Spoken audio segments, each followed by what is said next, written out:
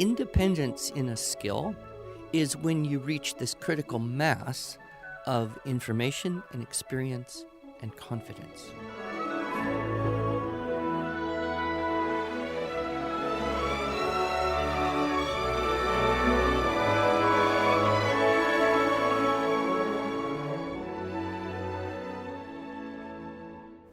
Hello, and welcome to the Arts of Language podcast with Andrew Pudewa, founder of the Institute for Excellence in Writing, or as many like to say, IEW.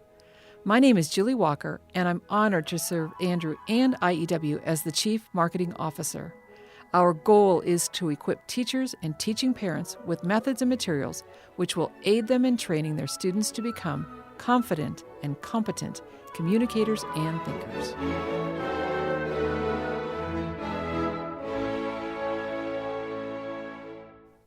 So if you tuned in last week, you know that we started with the 4 deadly errors of teaching writing. This week in our studio, I'm just being silly, but this week we are talking about the 4 deadly errors of teaching writing, one of your popular conference talks, Andrew. And last week we talked about overcorrecting. And there was a question I forgot to ask you while we were talking about overcorrecting. Okay. Yeah. So there is a school of thought in educational circles, whether right or wrong, who knows? But I'd like to know your opinion on the red pen. Should teachers use the red pen when they're hopefully not overcorrecting? Listen to last week's episode if you haven't.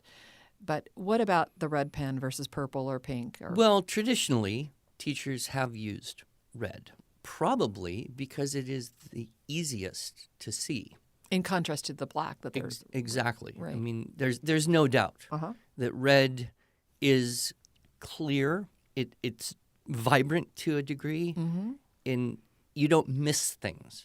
Whereas if you've got black writing or pencil or even typed, a blue pen or purple, a black pen or maybe even a purple pen doesn't stand out quite as much. And so I think traditionally that's why red has been the stereotyped editor's tool. However, there is a school of thought that red is kind of too aggressive or violent. Yes, it's an angry color. Too much like blood. Yes. Therefore, teachers should avoid red and use a kinder, gentler color like purple or green. But I don't really think there's a huge significance here. I use red because it's easier for me to see. Right. And I don't think that giving a student a paper with red edits is violent. I don't feel bad. Well, sometimes you actually say, and I don't know if you said this last week or not, they're bleeding all over the paper. Maybe that's the red, right? Right, yeah. So if you're overcorrecting, don't use red. I think it's maybe just a matter of personal preference. I did tell this to Dr. Webster one time that, teachers in many cases are kind of discouraged or red, actually prohibited from doing corrections in red. So if that's you, teacher, and you're not allowed to use red, please don't use red because Mr. Pudewa does. And Webster just, like he does, laughs at all these modern crazy views. Right, He's 90-some years old. Right. Very, very opinionated? Old school in almost every way. Yes. So I don't think it is a matter of huge importance. Okay. Well, then let us not spend any more time on it. And let's go to the second deadly error, and that would be withholding help. Yes. Withholding help. So I think there is a tendency, and this may be a little more true for the parent, but I think teachers in schools also have this idea that you could help the student too much. If I tell them what word to write, if I answer this question they have, or even going so far as to if I give them ideas for the content, well, that would be helping too much. And consequently, they wouldn't be learning as much as if I don't help them and then they have to figure it out on their own. On the surface, this seems so obvious. Like, I have a 2-year-old granddaughter, and she can talk because her parents are telling her what to say. And if they didn't tell her what to say, she wouldn't be able to talk. So why is it so obvious for a 2-year-old and not as obvious for a 9-year-old in a writing situation? Yeah, I think it's just it kind of is this mentality that perhaps goes way back to the time when educational systems shifted more into competition. Oh, okay, sure. From individual nurturing and collaboration and talents and that into we put children in a system where we will now segregate them by age. We will now grade them against each other in order to, theoretically, motivate everyone to try harder, or at least so we know who's going to be better material For colleges or for work. So our whole mindset about education shifted probably in the late early 1900s into this kind of compulsion toward competition. Okay, yeah.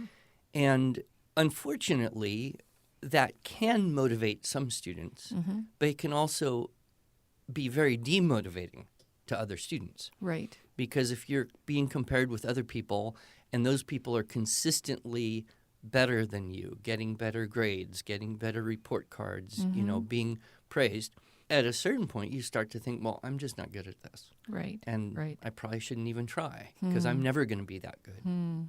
Yeah. And so it moved from being, I'll keep doing the best I can and you can coach me and we're all in a different place here, kind of like playing a musical instrument, right? Right.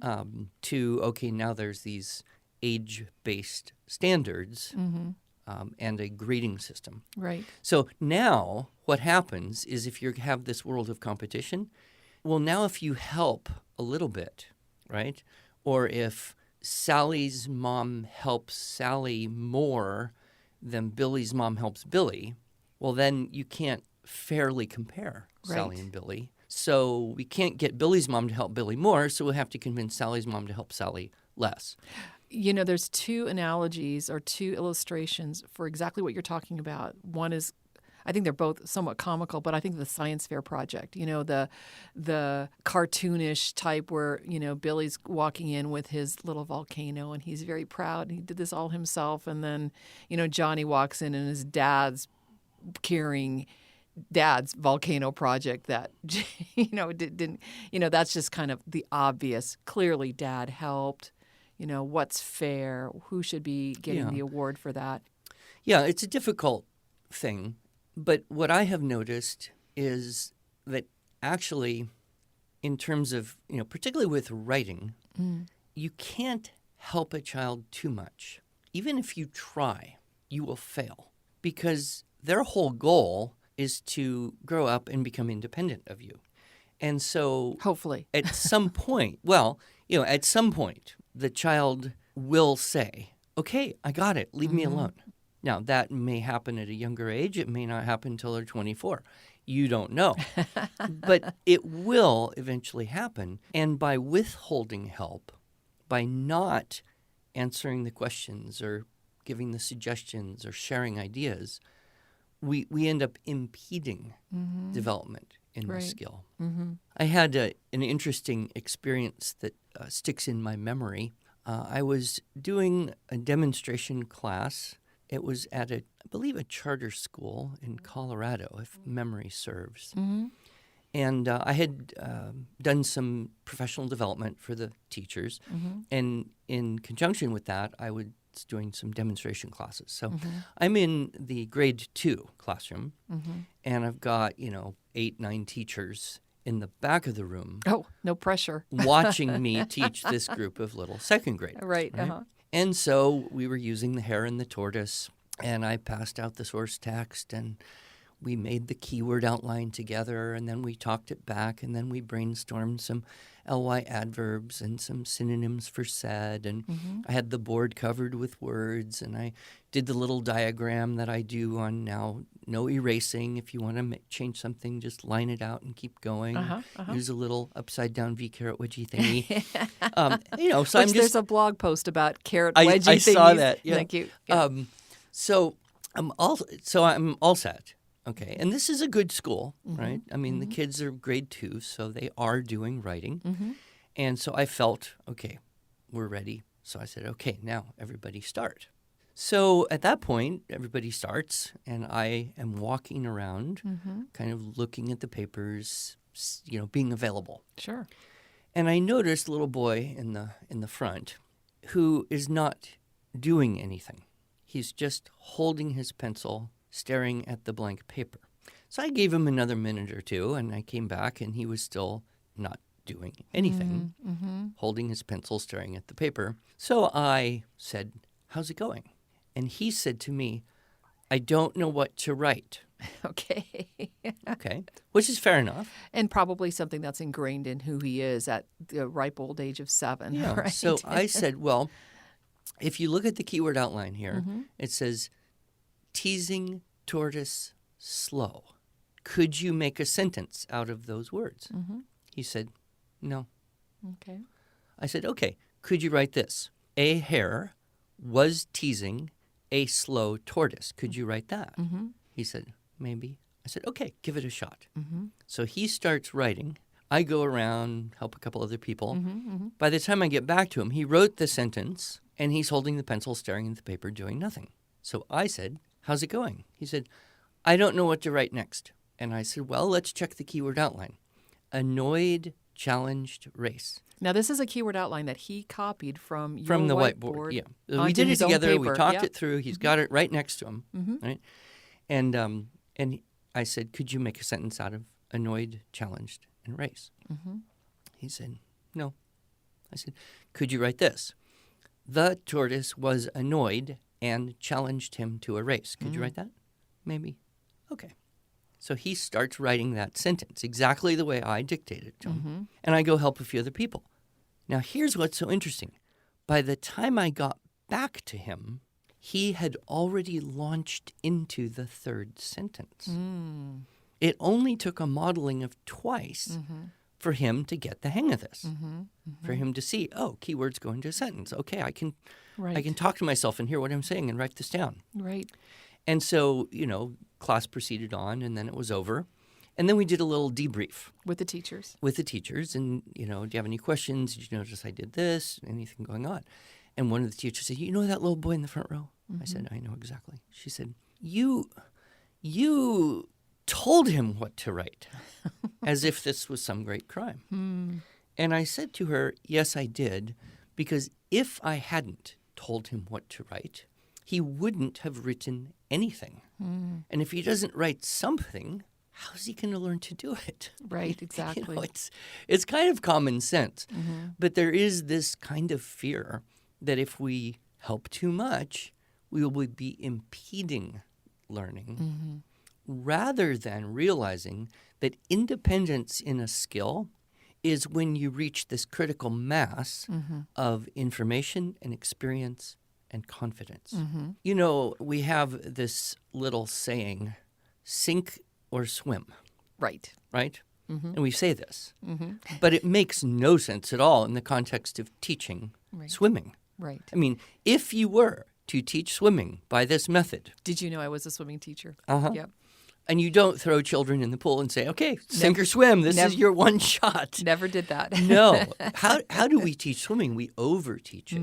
We get in, we're right there. Okay, kick. Okay, blow bubbles. Okay, turn your head. Okay, move your arms. Okay, put all that together, and I am 2 feet away from you, and there is no way you're going to fail. We over-teach swimming specifically because it's a life and death situation. Absolutely. We force children to prove their independence before we leave them alone in a pool. So I have found that this really does apply to any skill that you may be teaching, is that you really can't help too much. We can be afraid of helping too much.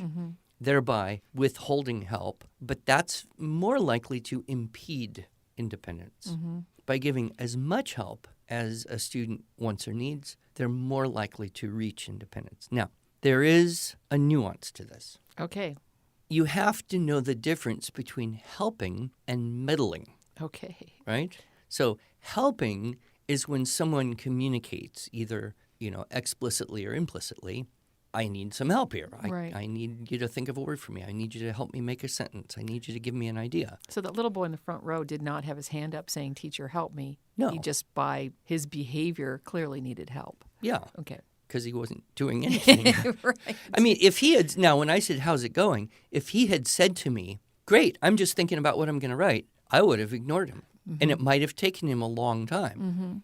But his default was, I don't know what to write. Right. And so, but meddling is when you go over and you make suggestions for improvement that you don't really know if a child wanted or needed that. Right? Oh, wouldn't this be a better word than that one? Or, oh, here'd be a great place you could put in this if you know. I mean, there might be some time when you could make a helpful suggestion, but nobody likes meddling. Yes. Right? Yes. And you can tune into that pretty fast. Right? Some children will be very, very honest and they'll just scowl at you or say, I know what I'm doing, or just leave me alone. Okay, then Right.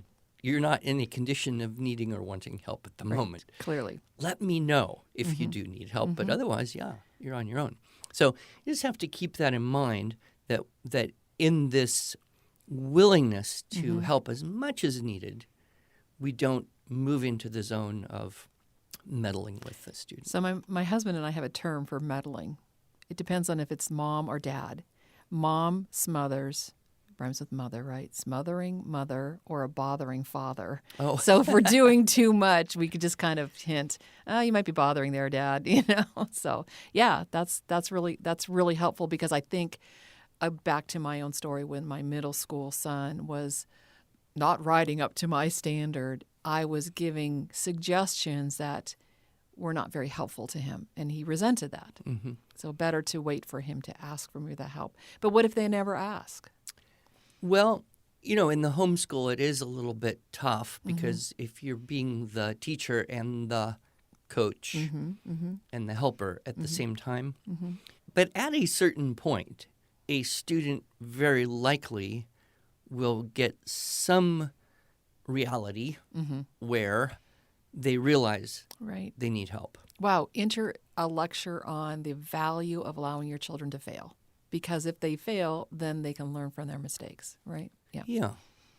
But I think most children are very much wired to want to be able to do things independently. Yeah. And then they move into that more mature zone, high school or college or work environment, where they say, I really do want to be the best I can possibly be. Right. And then go find someone to help. Right. But if you push that too early, like you have to be the best you can be with no help, Right. then the discouragement can set in. Good. So deadly error number 1, overcorrecting. Deadly error number 2, withholding help. Any other thoughts on withholding help? Well, it's funny as a parent, sometimes when they hit that point of, I'm going to do this myself. So, for example, one of my children, she always liked getting help from me. Okay. She, learned to read and write, and I helped her, and I helped her with math, and I helped her always with writing. And she was in classes growing up, and I was so used to helping her. And I liked helping her, and she liked being helped. And so we were very kind of comfortable and close in that way. And when she hit 15, we got into speech and debate, Okay. competitive speech and debate. And I helped a whole lot Of that course you first did. year. And the second year, she said, Dad, I think I want to do a persuasive speech. I'm like, great, wonderful. And what do you want to write a persuasive speech on? She goes, I don't know. And I mustered up some ideas. I said, here's a really interesting case. This woman I know in Ohio is actually suing the state of Ohio claiming that no-fault divorce law is unconstitutional because her husband is divorcing her under this law and she doesn't want to be divorced, and it may go to the Ohio Supreme Court. And so I could give you information. He goes, well, that really does sound interesting. So anyway, I printed off a bunch of information and gave it to her. And then I left for a trip. Mm-hmm. Came back, 4 or 5 days later, and I said, okay, we better start writing that persuasive speech. And she said to me, well, Dad, I already wrote it. Oh, nice. And I kind of thought, without me? Oh. And I said, well, okay, can I read it? And she probably tuned in to my reaction because as she handed it to me, she said, Dad, I just had to do this one myself. Aw. And I read it. It was not the speech that I was planning for her. Oh, I see. Right? Were you bothering a little bit there, Dad? I was tempted to meddle. It was very much a different speech, but it was hers. And she demanded that independence. Yeah. But it was, after many, many years of building up that critical mass of confidence and information and practice. And then she actually grew up to become, as a younger kid, she would have been my least likely to ever want to do anything really academically challenging person. Yes. And she just got accepted to medical school. Right. And so she's like a study machine now and Wow. just Nice. loves to research and all that, and very, very independent and ambitious. So you never know where the kids are going to end up. It's so true. It's so true. See, at that point, I kind of had to let it go. Okay, you want to do it on your own. I'm here if you need me. There are so many stories that we hear from families, from teachers who have heard this lecture, that have started on our pathway to structure and style, and their students are going along and they're helping them out, and they kind of ask that question, when do I stop? When are they going to be able to do this independently? And the answer to the question always comes unexpectedly, not unlike you, where, oh, suddenly I didn't need to help him anymore, and he's really doing a great job, and I can't believe it. It goes back to that, just trust the system. Just trust the system. Great. Yeah. Okay, next week we are going to be able to tackle deadly error number 3, which is? Unclear assignments. Oh, I always forget that one. Okay, unclear assignments next week. We'll talk to you then. All right.